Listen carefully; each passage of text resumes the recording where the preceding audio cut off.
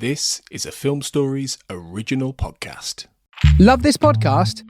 Support this show through the Acast supporter feature. It's up to you how much you give, and there's no regular commitment.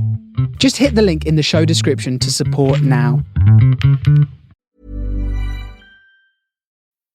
When it comes to weight loss, no two people are the same. That's why Noom builds personalized plans based on your unique psychology and biology. Take Brittany. After years of unsustainable diets, Noom helped her lose 20 pounds and keep it off. I was definitely in a yo-yo cycle for years of just losing weight, gaining weight, and it was exhausting. And Stephanie. She's a former D1 athlete who knew she couldn't outtrain her diet, and she lost 38 pounds.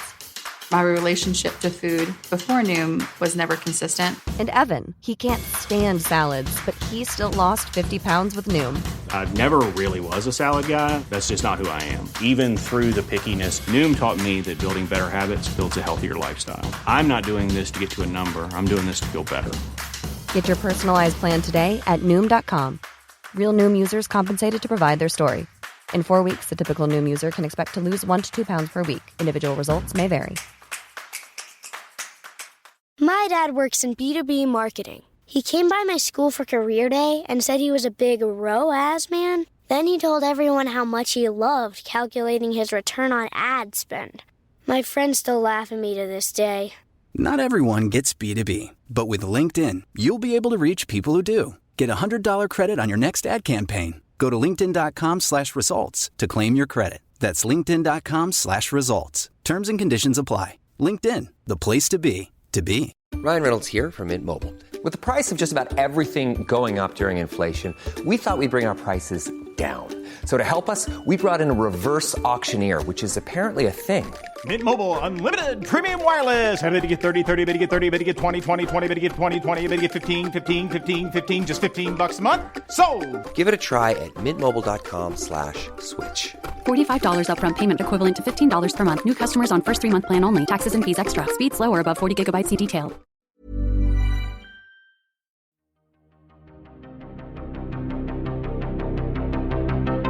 This is Writers on Film, the only podcast dedicated to books on cinema.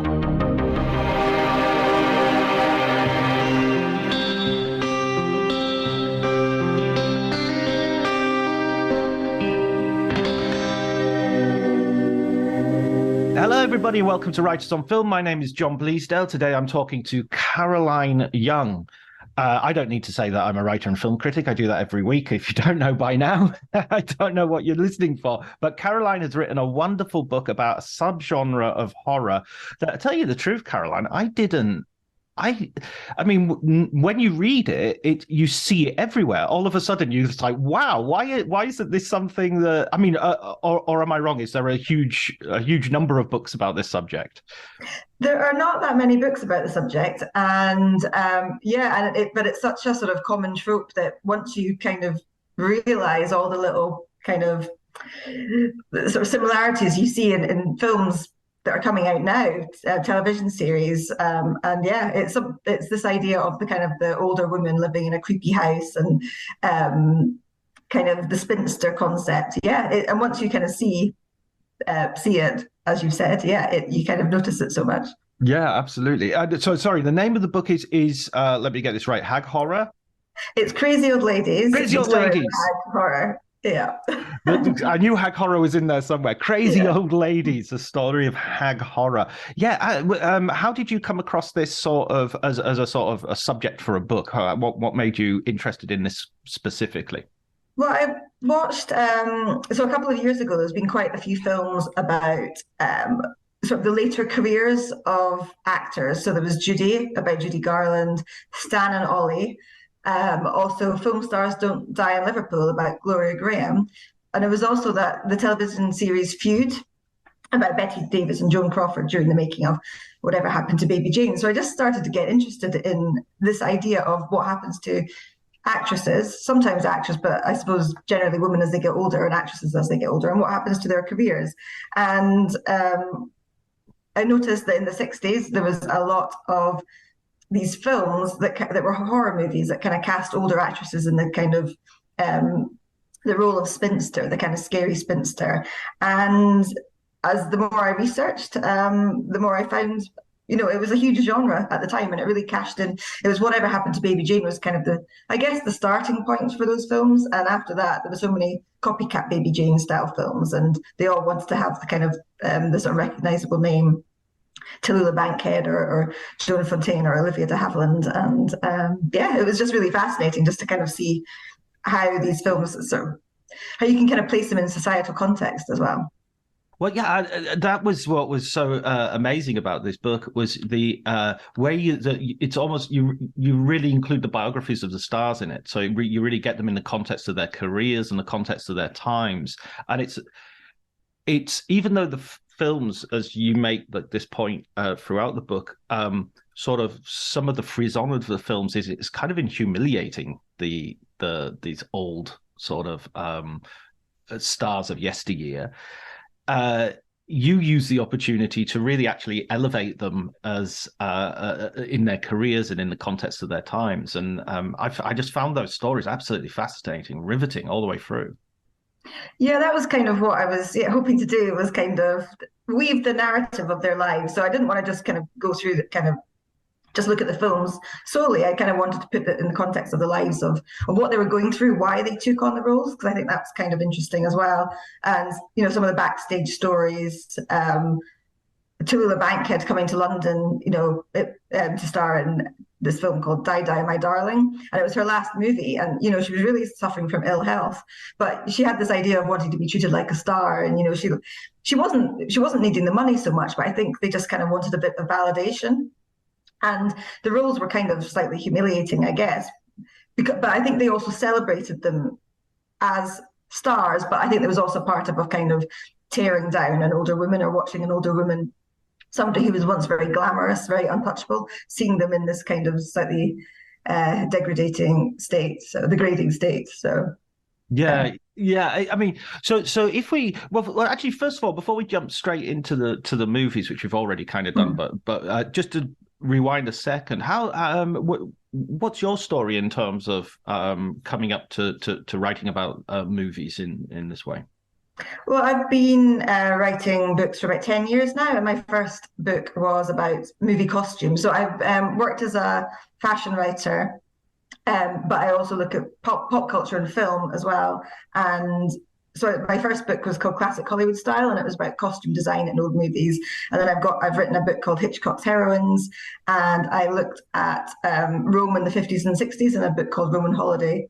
So film and pop culture are kind of my main focus, really. But I kind of like, I suppose, weaving in a kind of a narrative into the way I write books. So following people's lives and kind of weaving their stories together.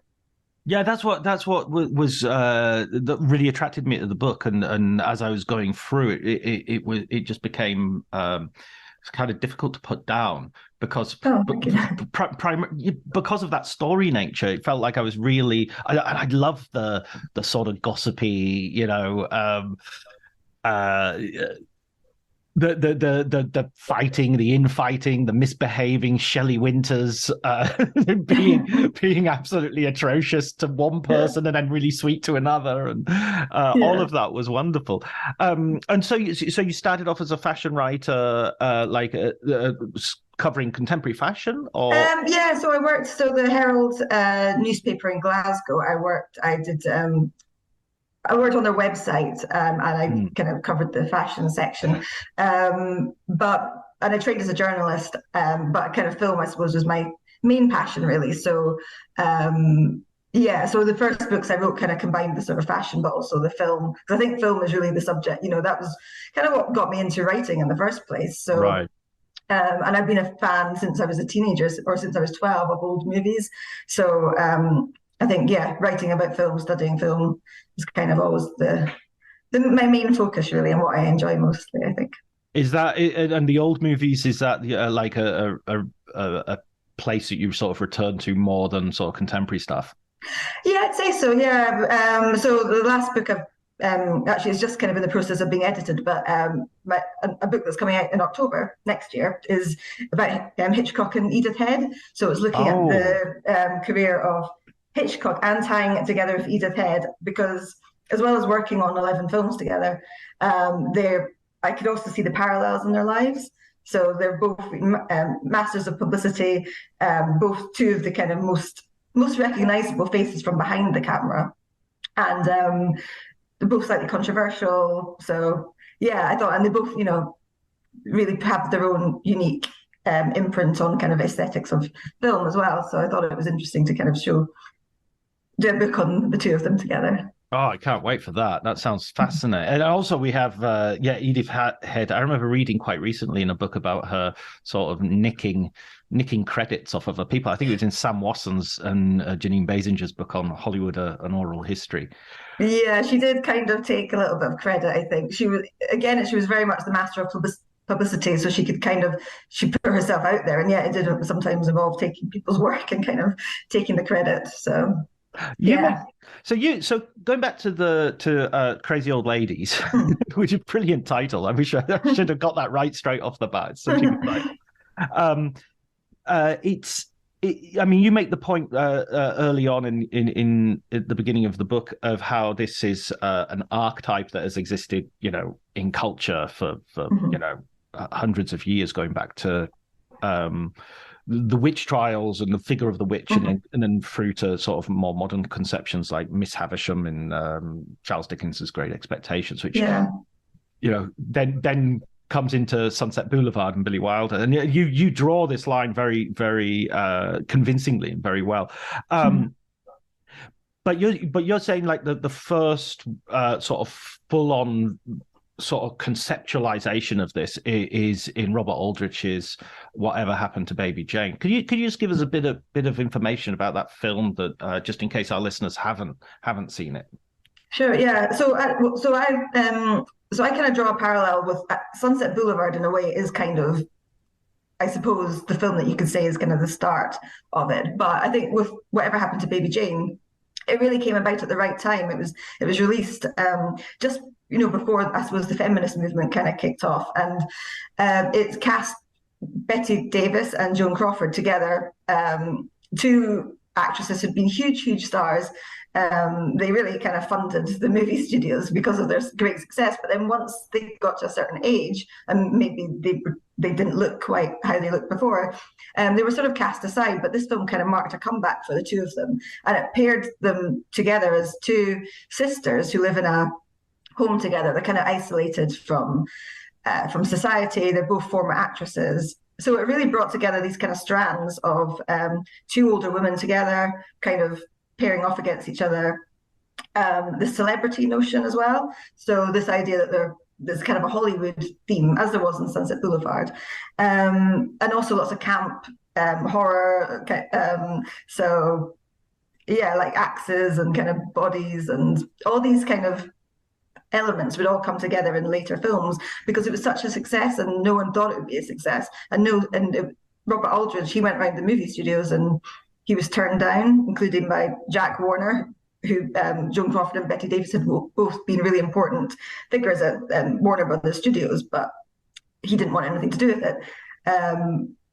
But then they discovered, it was such a huge success that it started off a whole load of replicas, people who wanted to sort of capture that magic from that film. Yeah, Jack Warner said something very disparaging about them, didn't he? He's like, yeah, he called them washed up old bitches. So that's kind of where the title of my book, I suppose, came from, was this idea that that's how older women are often described in these films. Crazy old hags, they're washed up, they're bitches, all these terms that they're referred to. But how old are they actually at the time of filming? So they're not old really. They're like in their 50s. So like in their kind of early 50s, I think. Yeah. So as someone who's recently entered my 50s, I object. I know that's the thing. It's like they were treated, like they were in their 80s, but they weren't. They were in their 50s. So yeah, it's kind of insulting to them as well. So but I think they kind of there's some opportunities that came out of it, but the opportunities mainly were kind of replicating similar parts. And in you mentioned earlier the sort of Hollywood thing, because one of Baby Jane is the child star whose whose star has faded, but is still sort of reliving that former glory. I mean, one of the things I think that you point out, which is really interesting, is how your sympathy for the two characters sort of shifts during the film, because you think one of them is really the bully, and one of Joan Crawford seems at the beginning to be really the victim, and then as it goes on, it's like, oh, wait a minute. Yeah, definitely. That was the interesting thing, was kind of twisting the sort of perceptions of which one was which. And yeah, Baby Jane is very much like from Sunset Boulevard, like Norma Desmond as well, where, you know, she's kind of wanting to relive her glory days. And and it's just interesting, the kind of the final scene as well, and on the beach together. And it's just such a terrific film, and it's one of these films that you sort of don't get bored watching. And I can remember actually watching it when I guess I was, I don't know, maybe 10 or something like that. I remember I have an older sister, and she and her friends got it out the video shop. And I remember they were kind of watching it, and that was like, I guess 1990 or something. So I think it's one of these films that sort of younger people can really enjoy as well. I think it's a sort of universal film that they enjoy those kind of horror elements of it without maybe knowing who the actresses are. Yeah, absolutely. I mean, that's the thing that we can't really get back. I mean, Feud, as you say, was hugely popular, and so that has done to some extent as a spark renewed interest in these. Who's your favorite, Joan Crawford or Bette Davis?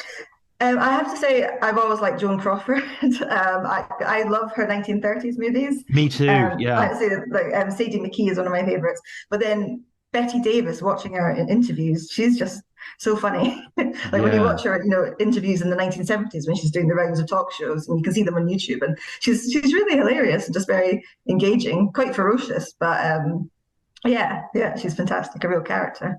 She has the upper hand on Joan Crawford. You get the feeling, you know, Joan's sort of completely, you know, she's into her Pepsi Cola and this slightly ridiculous idea that everybody has to drink Pepsi Cola around her. And Bette Davis just absolutely uses that as, okay. She was. I think she was good at winding her up, and I think Joan Crawford was very much all about appearances, and so, you know, she didn't want to she maybe didn't have such a humor about things, so she wasn't very good at someone making fun of her, I think, and Bette Davis was very good at winding her up.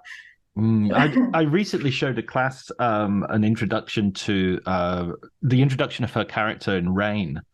And that introduction is just like bam, bam, hand, leg, and it's like a musical introduction almost of this sort of like, or the dinosaur in Jurassic Park is turning up or something. It's like this amazing. If you haven't seen it, I think it's on YouTube, and our listeners, if you haven't seen it, you should definitely take time, even if you just watch Joan Crawford's entrance. It's amazing. Yeah, and it reminded me of her entrance in Strait-Jacket a little bit. I think the kind of over the top, and her bangles jangling and everything like that, and the haircut, and it reminded me of Rain a little bit.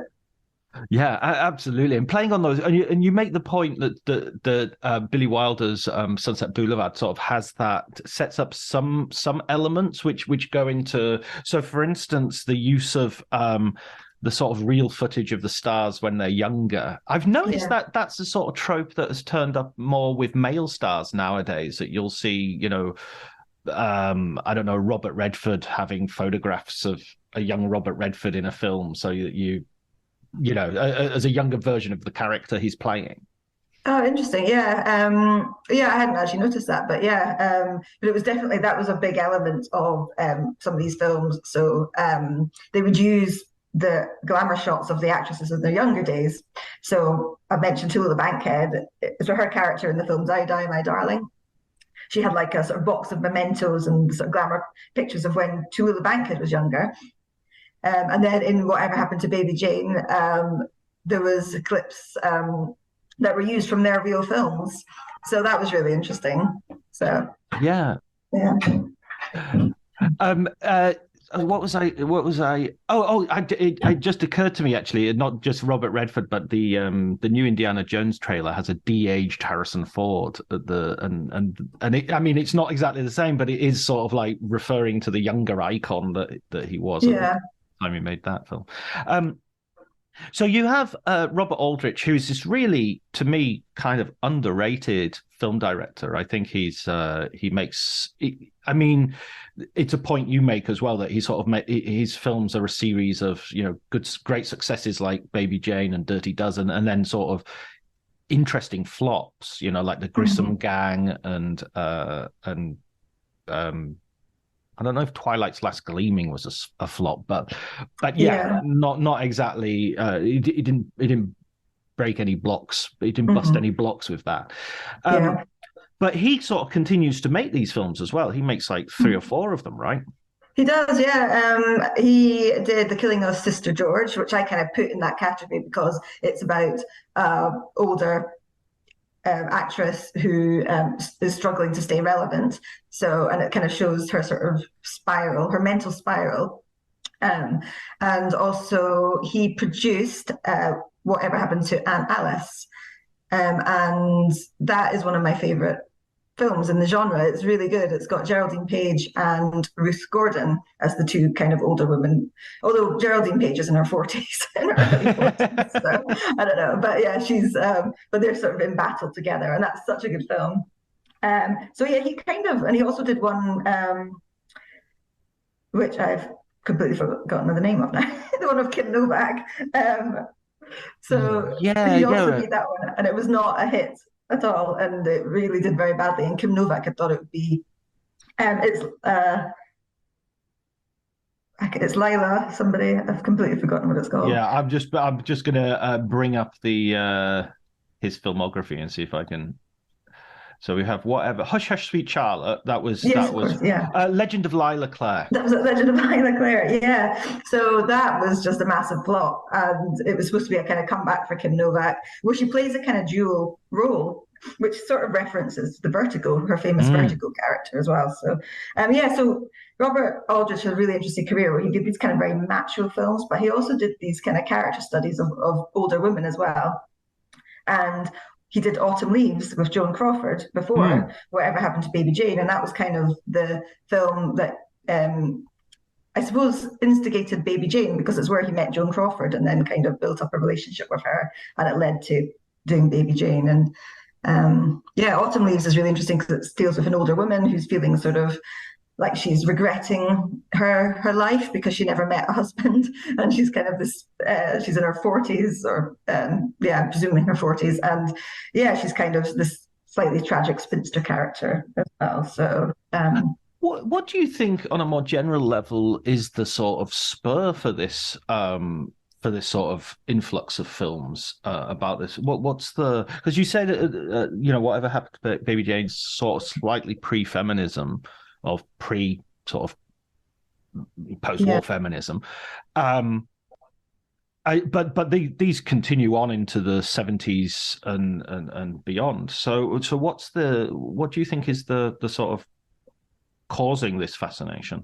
Well, I think firstly it was kind of, I suppose, the relaxation of the codes in film, the censorship codes. So I suppose with Hitchcock's Psycho, it kind of started this the horror genre, where there was more kind of expectation of showing violence on the screen. And with those allowances of being able to show more violence, I think it led to more horror films.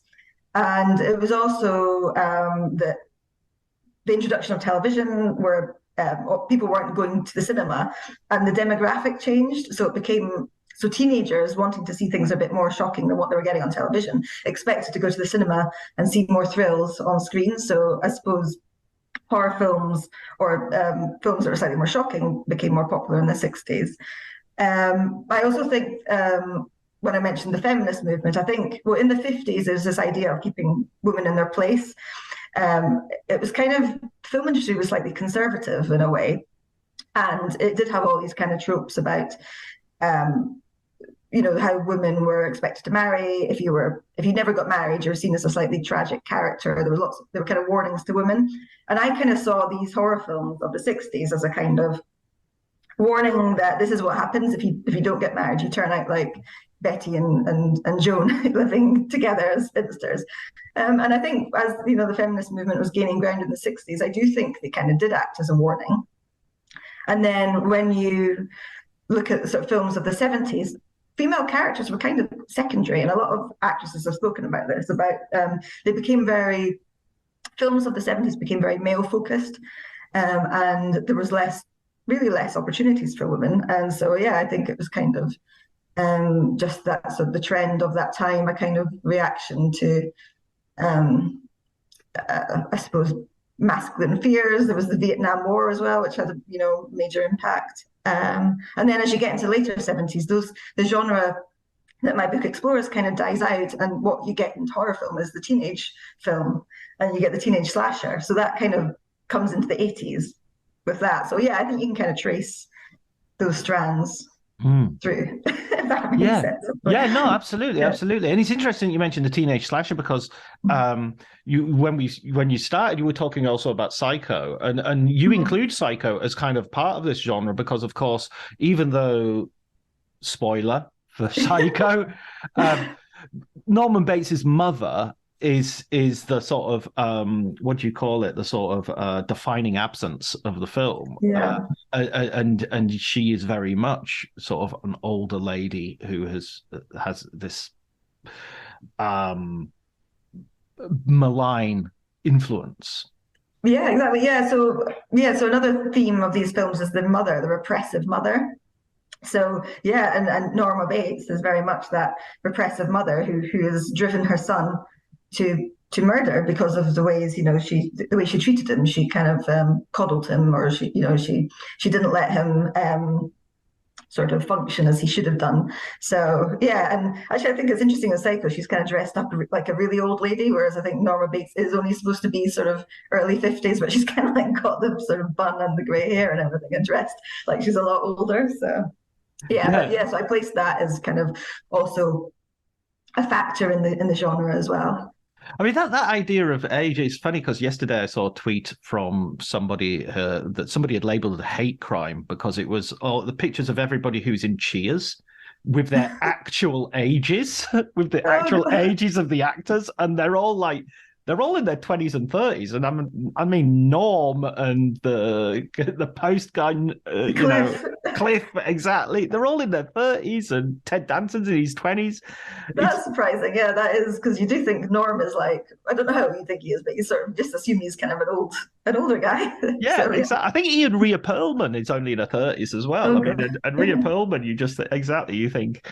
So even as recently as the 1980s, people looked a lot older than they, 50 was not the young portrait of Dorian Gray that I am. It was the portrait in the attic, Yeah, exactly. So I mean, with Psycho, you have this combination. I'm interested as well, because you've already written a book on Hitchcock, and you're going to write another book on Hitchcock. That's a stupid question, really, but it's obviously a key filmmaker for you. Yeah, definitely. Yeah. So Hitchcock's films were, one of the first, when I was looking at kind of watching older classic movies when I was a teenager, it was Hitchcock's films, because I imagine I must have seen one on television, so I think it was Rear Window. And I remember going to the video shop, and there wasn't really a great choice of old films in the video shop. So, but I think they had the kind of classic Hitchcock ones. So I kind of got into films of the 50s, and through Hitchcock, really. And I just loved the way that they take you to a particular place and time, and I love the style. So you're watching North by Northwest, and you're really kind of seeing the street scenes of New York in the 50s. And I like the Hitchcock's aesthetics, as well as the kind of the mix of comedy and romance and suspense. Yeah, it's so interesting, isn't it? It's so interesting how you get history through film as well, that in the sense that I watched those Hitchcock films, I think in the same way. Maybe there was a BBC Two double bill season or something like that. Right.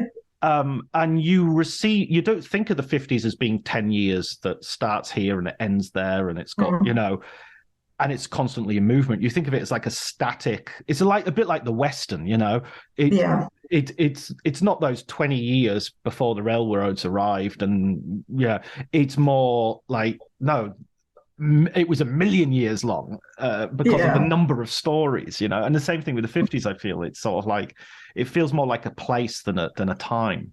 Yeah, definitely. Yeah, and actually, I suppose the 50s did kind of continue into the So the early 1960s, I guess it kind of, the aesthetics of what we think of the 50s kind of carries into like 1962, and then because you don't get the hippies until like 1965 of what we think of the 60s. So yeah, it's never quite the sort of from that block decade, always kind of, but we always think it is, if you know what I mean. Yeah. I think that's where Mad Men was very good, was showing that transition of and how it didn't all happen at the same time. Yeah.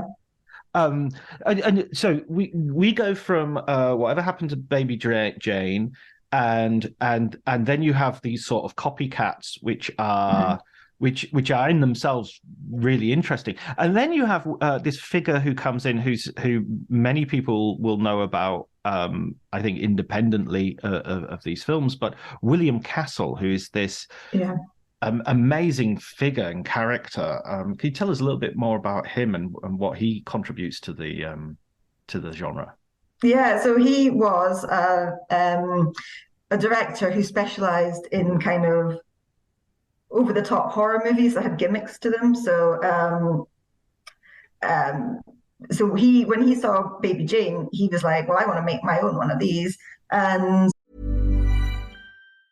explaining football to the friend who's just there for the nachos? Hard. Tailgating from home like a pro with snacks and drinks everyone will love? An easy win.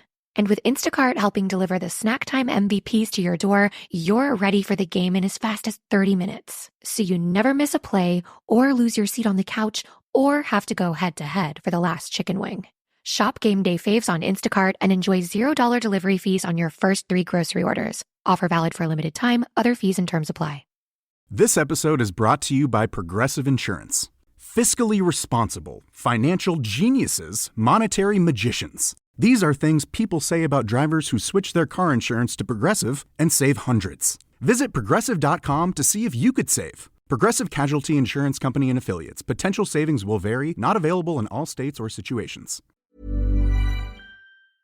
So he met Joan Crawford at a party, and he said that I want to make a movie with you, and I have a script. It's called Strait-Jacket, and this was one of the films that came out just a couple of years after Baby Jane. And he also did one with Joan Crawford called I Saw What You Did, which was about 2 teenage girls who are prank calling people randomly, and then a killer answers the phone, and then they get lured into a trap. And Joan Crawford had a very small role in that as well.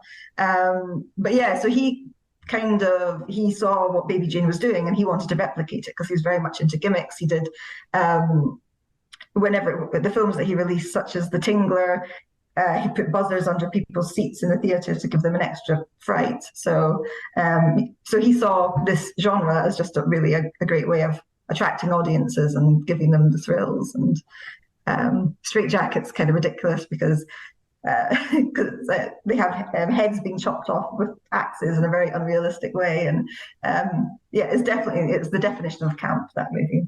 Yeah, he claims that Hitchcock borrowed his head for Psycho as well. That's what he did. Yeah, I was trying to think. I don't remember a severed head in Psycho. Yeah, I don't know. Yeah, exactly. I don't think it's there's a skull at the end, isn't there? But it's not a severed head. So yeah, I'm not sure about that. Absolutely. I mean, anybody who likes William Castle, I'd recommend seeing Matinee by Joe Dante, which is a brilliant sort of homage to a William Castle style sort of entrepreneur and film director, played by John Goodman in one of his few leading roles. You know, it's one of those great actors who has been around for ages, but always plays a supporting part, and there's a Harry Dean Stanton sort of figure. Mm-hmm. I've not seen that. I'll have to check that one out. It's really good. It's really, really good. It's got also the woman from Raging Bull, Kathy Moriarty, has a really good role in it, and it's just beautiful. It's just an affectionate. This phrase has been used so much this year, I hesitate, but it's a love letter to cinema. But in its more lurid and sort of Saturday morning matinee sort of version, you know. Yeah. So no, definitely check it out. I haven't seen Strait-Jacket, so that's gone on my watch list straight away. Yeah, it's it is it's fun, and it's interesting to see Joan Crawford she plays this woman who's been in prison for about 20 years, and when she comes out, she's kind of trying to rebuild her life. But she's Joan Crawford always has to be able to seduce young men in her films. Like I think she has it written into the contract that she always like has to, be still so attractive that she's seducing her daughter's boyfriend and that kind of thing. And it's a good one, but it's ridiculous. It's funny the trajectory of Joan Crawford if you think about it, because she's making Mildred Pierce in the late 40s, early 50s, and then she makes Baby Jane, and then she makes Strait-Jacket, and that's why aren't there like these older roles for women? I mean, nowadays you would look at someone like Meryl Streep and you will see there's she's still got a bunch of roles going on into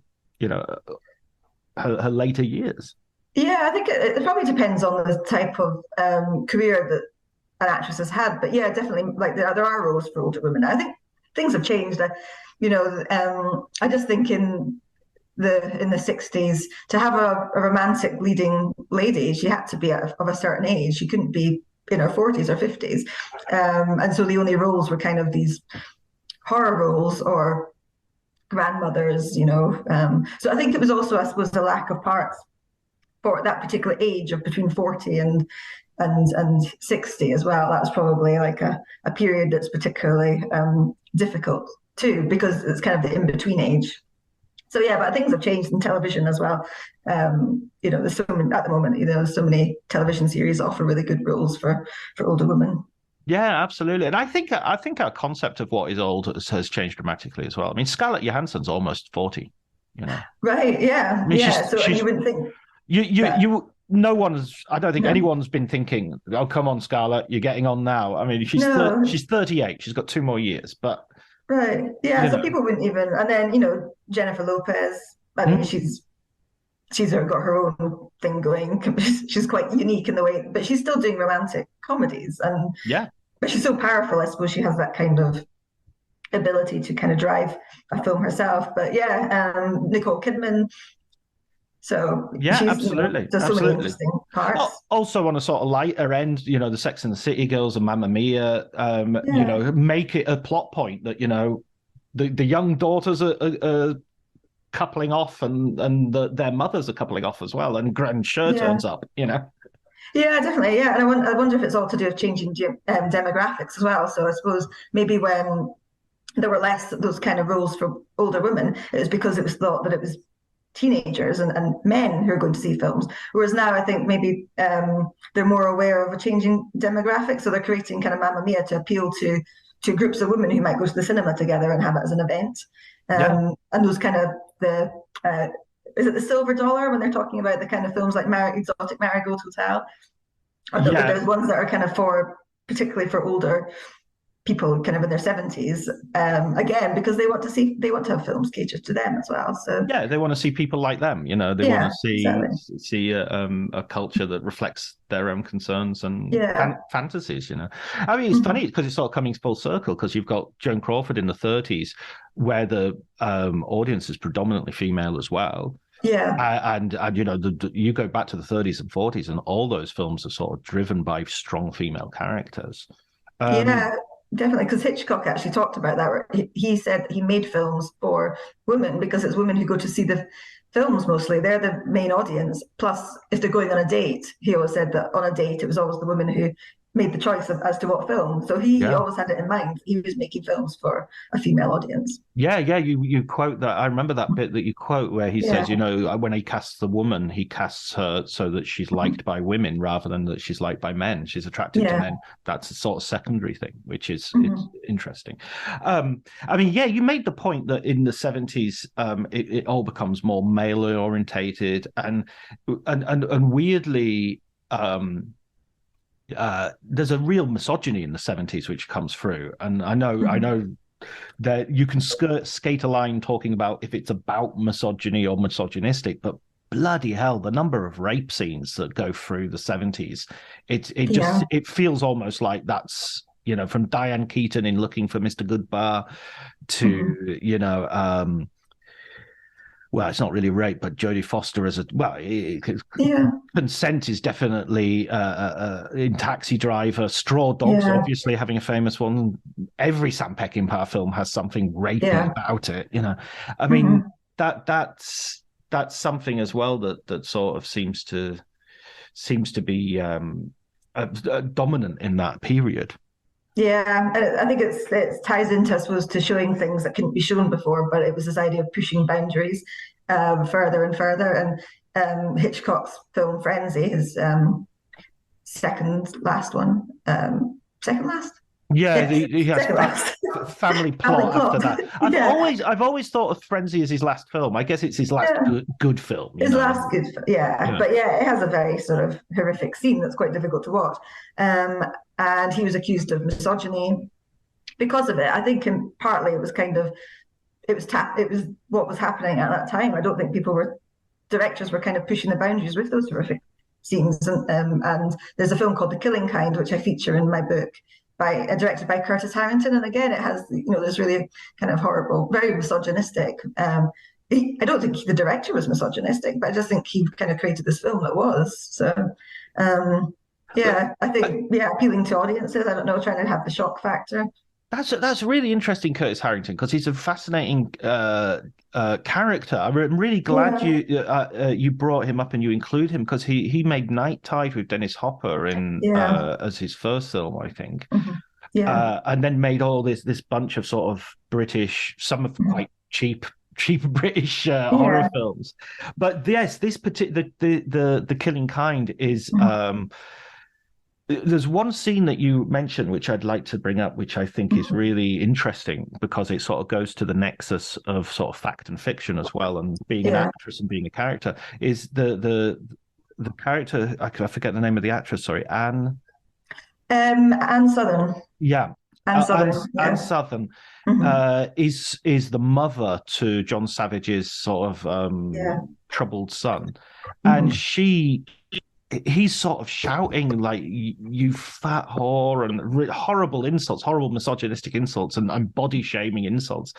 And the actress is kind of like, I don't like this scene, because it kind of crosses a line of obviously horrible, offensive material, but it's also feels like it's directed at her. People are seeing her on the screen being called this.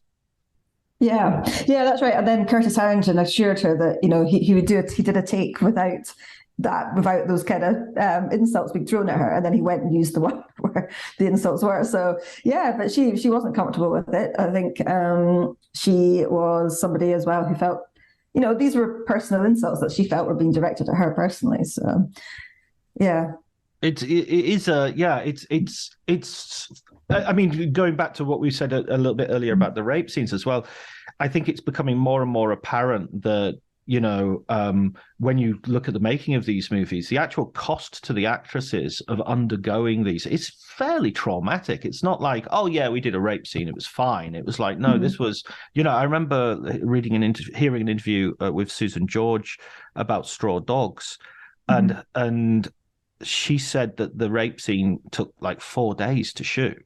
And just that kind of, how horrible that is. And I mean, Jodie Foster, when she filmed The Accused, would go out to nightclubs every night to sort of almost cleanse herself of this experience, And a film, another film that you mentioned in this context, which again is another film that I kind of never thought of, but of course it fits perfectly, is Rosemary's Baby, and that's a film that very much is a hinge between the 60s and 70s. Yeah, definitely. Yeah, and interestingly, William Castle produced it and won an Oscar for it because he'd read the galley proofs of the book, the original book, and he wanted to direct it himself.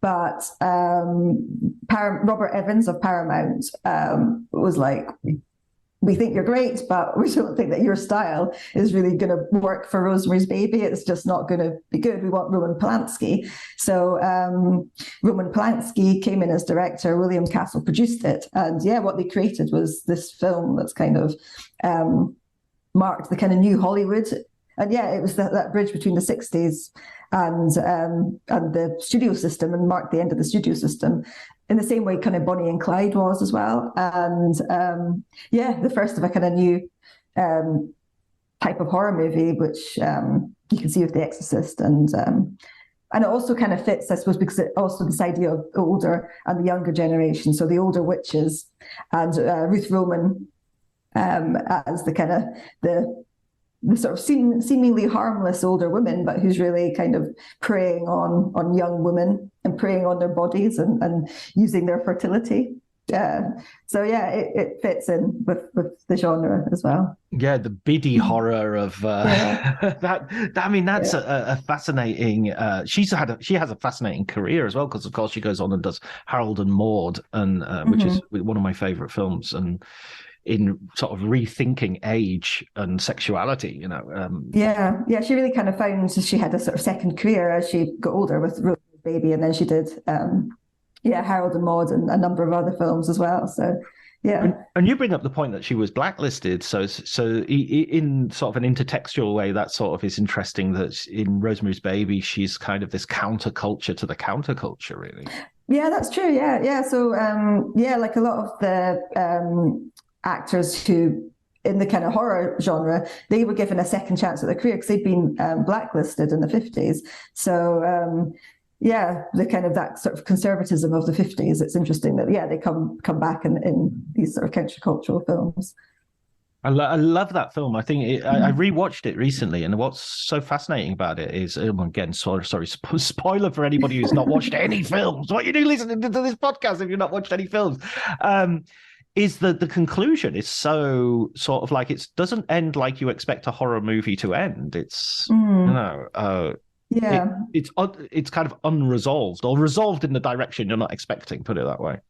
Yeah, definitely. Yeah, I think, and it's sort of one of these films that's kind of creepy, but it's not, doesn't have the kind of the elements you maybe expect from a horror all the way through. It kind of is very sort of slow building, and and it also has we're talking about the idea of celebrity as well in these horror films, and it also explores the notion of celebrity as well, because Rosemary's husband is an actor, and his bargain is for fame. So and he's sort of like, I love the bit where they stay up to watch his advert, and you know, she's so supportive. Oh yeah, that's great. And I know, exactly. Oh, it's crazy. And of course she gets divorced. Again, this is a point you bring up, which I love that. This is a thing. I love the way this weaves into the stories, is Frank Sinatra sending her divorce papers through because the filming's delayed. Yeah, exactly. Yeah, she was supposed to go and do a film with him, and then because of the delays to shooting Rosemary's Baby, she wasn't able to go and do this film with Frank Sinatra, her husband, and he expected her just to give up just to leave Rosemary's Baby, and she was like, well, no, it's going to be a great film, and also I've made a commitment, so I can't go and leave it. And when she said no to him, he sent her divorce papers, and then she had to go and shoot the final film. And so I suppose that trauma maybe helped play into the role a little bit for that final moment. Yeah.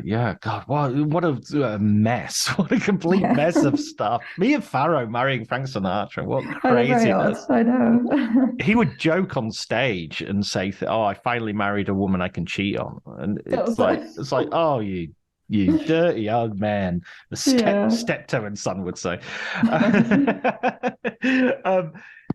So I mean.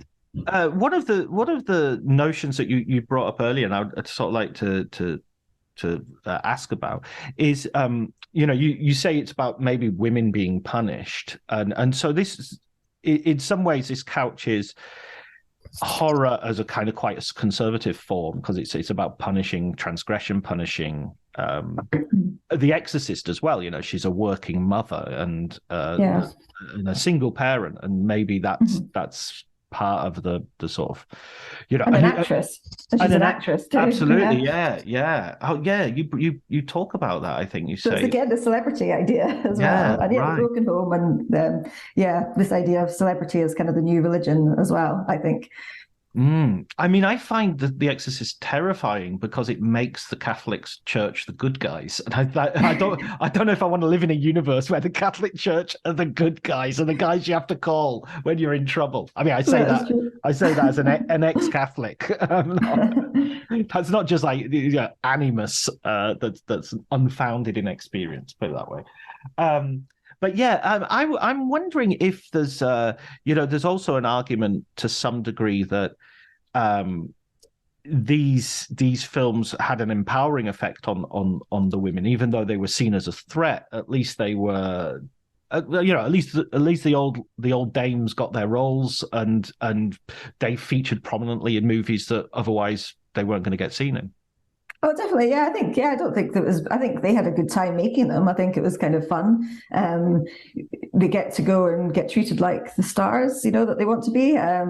So, yeah, they go to a movie studio, they get interviewed, journalists come along and talk to them about it, and they get a chance to kind of talk about their careers, and they get some money. I mean, they didn't always need the money, but they got, it's expensive, I suppose, living a lifestyle, celebrity lifestyle. They have to have upkeep. So yeah, I think it's and it's also a chance to play interesting characters. So they got to do these kind of fun horror parts where they're running around with knives and axes, and so yeah, I think it was I think if they really hated it, I don't think they would have done it. I think There's a sort of Grand Guignol sort of aspect to it, which is Lady Macbeth or what have you. You can. Exactly. You can justify it in that way. Yeah, I think sometimes they were disappointed by the end result. I think that was I think sometimes they thought that maybe it was going to be better, and then they were low budget films, and I think when they saw the final results, sometimes they felt a bit embarrassed. But I think generally the making of them, they had a good time. Joan Crawford came to London a couple of times. And Bette Davis was at Hammer Horror. She was working for Hammer Horror for a couple of films, and yeah, I think they enjoyed the travel and being interviewed and being the star on the set. So being treated like royalty to some degree, even though. One other question. There was an article I read recently, and it's one of those articles that you read that you sort of go, "Oh, come on," and then you sort of think, "Well, maybe." And it was it had one of these horrible sort of headlines, but it was basically "Stop using sagging breasts as a horror trope" was the article, and it was referring to, I think it was referring to things like it was referring to Barbarian, which I'm not sure if you've had an opportunity to see. It's a horror movie on Disney Plus. It's excellent. One of the best horror movies of the year. And there's another one, The Witch, the Robert Eggers film. And if you want, you could go back to The Shining and sort of the famous bathroom scene in The Shining, where it's a beautiful young woman, and then it's the horror of saggy breasts. I mean, I know there's mold and decay and all that. But it was kind of saying, this is body shaming, and it's a really retro sort of retrogressive sort of trope, and stop using it as a sort of shorthand for the horrific body. And I don't know. I mean, I suppose it keys into what we were talking about when we're talking about how do you look at horror in terms of its politics? Because isn't horror always kind of conservative? Aren't we always kind of, the things we're scared of aren't the thing, it's not like we don't check what's okay to be scared of. We're scared of the other, and the other, that's not a great political idea to be scared of the other, Yeah, that's true. Yeah. And I suppose also we're kind of scared of aging in a way, and I suppose the horror of getting older. And I suppose, this kind of idea of the horrific naked women, older women, it's kind of that ties into the witch, the concept of the witch, from in artwork of the kind of the 18th century, 19th century. It was kind of witches were shown to be naked with these kind of the sagging bodies, and it was part of that fear of women as they get older, that this ties in with the kind of idea of losing fertility and losing identity. And I suppose it is conservative, but it is also, I suppose, a younger filmmaker's concept of what horror is, which I guess is that. And that was in Roman Polanski's Rosemary's Baby as well, with the witches when they're in there kind of doing the coven, they're chanting and they were wearing bodysuits, the actors, but yeah, you see their kind of naked bodies and yeah, this idea of the kind of sagging breasts and everything like that. But, you know, the men were naked too, but I don't think it elicits as much horror, does it? I don't know. We just assume that men are ugly to begin with. That's what it is. Men are horrifying to begin with, and then they just get a little bit more horrifying. Gnarled, and I don't know. I mean, horror movies fascinate me, but they sort of play on your baser instincts anyway, I think. So, I mean, how could,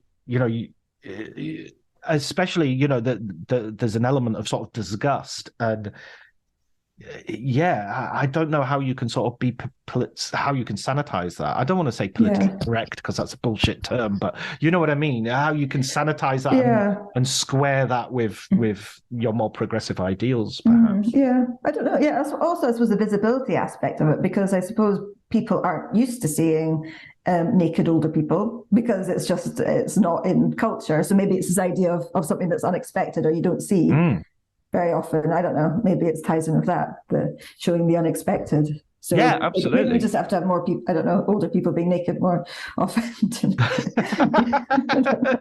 on that bombshell, Caroline Young, author, says that we should see more people naked more often. So exactly. That's the headline that we're taking away from this. Absolutely. I mean, I kind of, in that sense, I suppose it's liberating because you face your fears and maybe you should say, hey, maybe there should be a scene in The Shining, the new edition, where Jack goes, "Well, hang on a minute," It's not that bad. Come on. I know. Right. One last final question, which is, this is our last episode of 2022. And I think you're going to be episode, I think it's around about 86, 87, I think. Wow. Okay, that's episode good. 87. Right. And the last of the year. So Amazon will be having sales now, and other bookshops will be having sales. So you can go and get Crazy Old Ladies, probably with a little discount. And even if you have to pay full price, it's well worth it. It's well worth it. But what about a recommended film book from you, Caroline, that you would suggest other people go and read? So maybe a book that has influenced you or inspired you or you just like. So when I was researching Crazy Old Ladies, there was a really good book called House of Psychotic Women. Right. Yes. By this is when my brain goes blank again. Don't worry, I'm Googling it as we speak. House of Psychotic Women. Yeah. By Kier Janice. Yes, and she's kind of like part memoir and also her exploration of quite obscure horror movies. And it's really great that it kind of offers some insight into some quite obscure horror movies, but then she also ties it in with her life. And I'd really recommend that. Oh wow! I'm going to ask her to come on as a guest. That's somebody who has been recommended before, and it looks like a fascinating read. I've not read it. I'm ashamed to say. You've got that to look forward to because you'll enjoy it. I've got that in one hand, watching Strait-Jacket on the TV. In another, and trying to ignore my saggy body in the middle. That's a lot to do. I know. What the hell? I've got Christmas to look forward to as well. Oh my God! Which by the time you'll hear this will already be past, if we get there. And your next book, you're going to come back and talk to us about, right? Yeah, I'd love to. Yeah. So Hitchcock and Edith Head. And it's out in October next year, 2023. So superb. Who's publishing that? It's Abrams. Oh, brilliant. So, the New York based publishers. So wow. They do beautiful. It's going to be like a big, beautiful coffee. Yeah, I'm not sure what their format is, but it's going to have lots of images in it. So it was a really fun one to research. So gorgeous. Yeah. Gorgeous. Get me on their mailing list. I want their. I will definitely add you on to my list of people I want to get the advanced copies of the books. So. That would be super. Yeah. I can't wait to read that, and I'm going to go back and read some of your earlier stuff because it sounds like I just love your writing. I love the way you tell the stories, and it brings the films alive, makes me want to read them. Read them. God, I get so mixed up. Makes me want to watch them. And it was just such a great book. So thanks so much for reaching out to me about that. And thank you. Thanks for and I should thank Elliot Atkins for the music, and Ali Howard for the artwork and the imagery. And thank you, Caroline. It's been a real pleasure. Thank you for having me.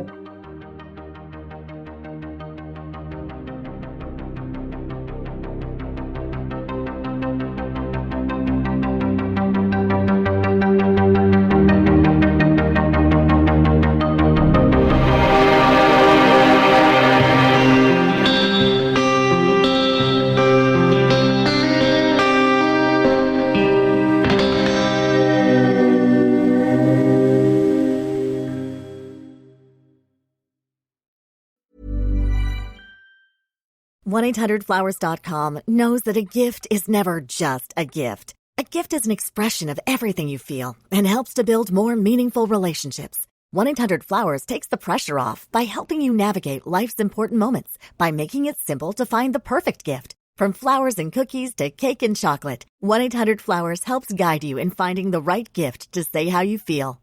To learn more, visit 1-800-Flowers.com/ACAST. That's 1-800-Flowers.com/ACAST. This episode is brought to you by Progressive Insurance. Fiscally responsible, financial geniuses, monetary magicians. These are things people say about drivers who switch their car insurance to Progressive and save hundreds. Visit Progressive.com to see if you could save. Progressive Casualty Insurance Company and Affiliates. Potential savings will vary, not available in all states or situations. My dad works in B2B marketing. He came by my school for career day and said he was a big ROAS man. Then he told everyone how much he loved calculating his return on ad spend. My friends still laugh at me to this day. Not everyone gets B2B, but with LinkedIn, you'll be able to reach people who do. Get $100 credit on your next ad campaign. Go to linkedin.com/results to claim your credit. That's linkedin.com/results. Terms and conditions apply. LinkedIn, the place to be, to be.